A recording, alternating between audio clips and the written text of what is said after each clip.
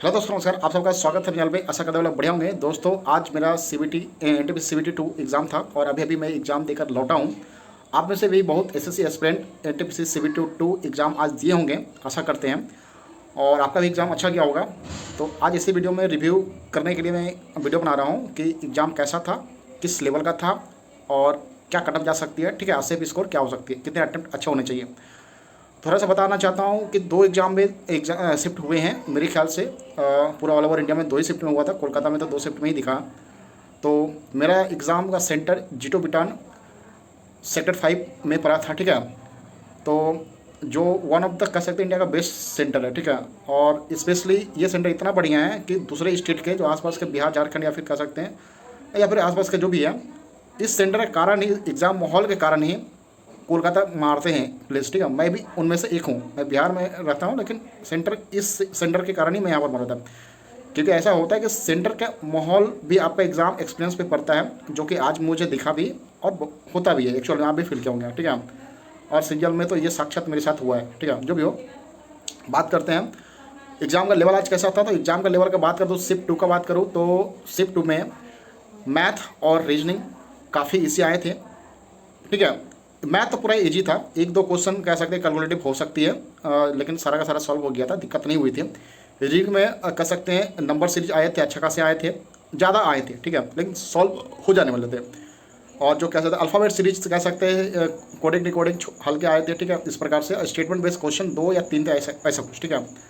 तो सारा ही आप कह सकते हैं डुएबल था, कोई दिक्कत इसमें हुई नहीं।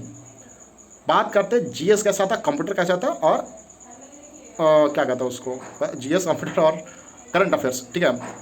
करंट अफेयर्स एनटीपीसी जो सीबीटी 1 में जिस तरह पूछा था डेप्थ में, या फिर एसएससी अभी जिस प्रकार से पूछ रहा है उसी प्रकार से पूछा था। मतलब डेप्थ नॉलेज आपके पास होना चाहिए, तभी आप उसको सॉल्व कर पाएंगे, अन्यथा उसको नहीं कर पाएंगे, ठीक है।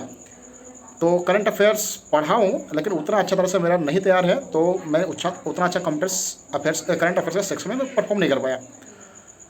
कंप्यूटर बात करें तो कंप्यूटर दिमाग के ऊपर से ही गया। सीबीटी 1 में भी कंप्यूटर दिमाग के ऊपर से ही गया था, और शायद तुक्के ही तो लगाया हूँ। कंप्यूटर में लगाया हूँ, करंट अफेयर्स में लगाया हूँ, और जीएस में भी लगाया हूँ। जीएस कह सकते हैं एसएससी की तुलना में इजी।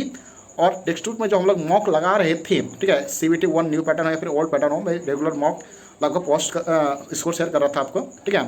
तो उसमें जीएस के स्कोर अच्छे खासे आ रहे थे, लेकिन जीएस उसके तुलना में अच्छे हैं, ठीक है। टेक्स्ट बुक पर जो हम लोग भरोसा करते हैं उसकी तुलना टफ जीएस में मानूंगा, ठीक है। हालांकि ऐसी तुलना में काफ़ी इजी में मानूंगा, ओके। शिफ्ट स्कोर क्या होना चाहिए शिफ्ट 1 शिफ्ट 2 में अगर बात करूं, और हाँ, मेरे शिफ्ट 2 में एक क्वेश्चन गलत था। दूसरा जो कह सकते हैं, एक क्वेश्चन में मुझे डाउट है, जो 100 क्या कह सकते 102 डिग्री के आसपास मतलब सर्कल के अंदर में एक चतुर्भुज था, उसको इंस्क्राइब था। तो 102 डिग्री वाला जो क्वेश्चन, मुझे डाउट है कि उसका आंसर सही नहीं था वहाँ पर, ठीक है। बाकी कुछ लोग कह रहे थे कि सही है, लेकिन मैं कैलकुलेट करके देखा, वो जो ऑप्शन में था वो नहीं आया, ठीक है। मतलब एक या दो क्वेश्चन गलत था, ठीक है। एक तो 100%, दो में दूसरा में डाउट हूँ।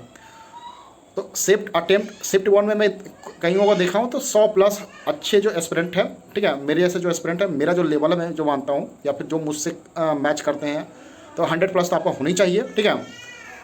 तो दोनों ही शिफ्ट के मैं 103 क्वेश्चन मैं अटेम्प्ट किया हूँ, ठीक है।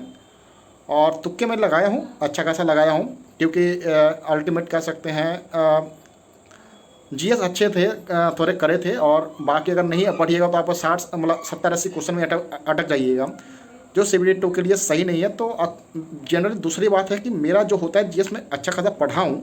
मेरे आप भी देखते होंगे स्कूल, मेरे जीएस में थोड़े ठीक ठाक मार्क्स आते हैं। पहले तो भैया बहुत ख़राब होता है, जीएस में मेहनत किया तो उसमें रिजल्ट दिखती है मेरे।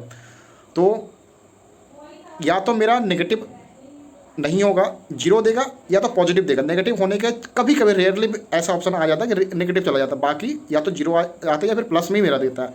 इसलिए मैं रिस्क खेला हूँ, ठीक है। और ऐसा नहीं हो कि जय माता दी बोलकर मारा हूँ, लॉजिकली मारा हूँ, थोड़ा सोच समझ के एनालिसिस करके एलिमिनेशन के दौर पर मारा हूँ, ठीक है। तो इस प्रकार रहा। तो मुझे ऐसा लगता है कि इसमें जैसा क्वेश्चन था, अब सेफ स्कोर कितने होना चाहिए, ये तो खैर आंसर की के बाद ही सही से पता चलेगा। लेकिन मैं मानता हूँ कि 90+ तो जाना ही चाहिए, या फिर जाएगा ही। अब आप बोल रहे हैं कि इतना कैसे कन्फिडेंट कर तुम्हारा अच्छा है, इसलिए बोला। मैं खुद डाउट हो कि 90 आएगा कि नहीं आएगा, क्योंकि मॉक में तो भैया 84-85 में ही हालत ख़राब हो जाते थे। 90 क्रॉस किया नहीं कभी मॉक में, लेकिन फिर भी मैं बोल रहा हूँ 90+ जाएगा, ठीक है। कट ऑफ जानी चाहिए और जाएगा भी। अब देखते हैं 4-5 दिन में तो आंसर के दे देगा। बाकी आप अपना स्कोर जरूर कमेंट कीजिएगा और आपका एग्ज़ाम कैसा गया और कहाँ पर था जरूर कमेंट कीजिएगा, ठीक है। और कल मेरा सीजल का एग्ज़ाम है, जैसा कि आप लोग जानते हैं। जिस सेंटर में एग्ज़ाम पड़ा था, जिसके लिए रिव्यू में उसके खिलाफ रिव्यू डाला था, उसके खिलाफ में मेल किया था, उसके खिलाफ में पब्लिक ग्रीफांस लगाया था, फिर भी रीशेड्यूल किया और उसी सेंटर पे कर दिया, बेशरम जैसा। फिर भी मैं मेल किया हूँ लेकिन सेंटर चेंज अभी तक नहीं दिया, अभी तक जो स्टेटस है सेम बना हुआ है। देखते हैं क्या होता है कल। जो भी हो तो मेंटली शांत करके एग्ज़ाम देने का भी प्रयास रहूँगा और कोशिश करूँगा कल भी मैं अच्छा करूँ, ठीक है।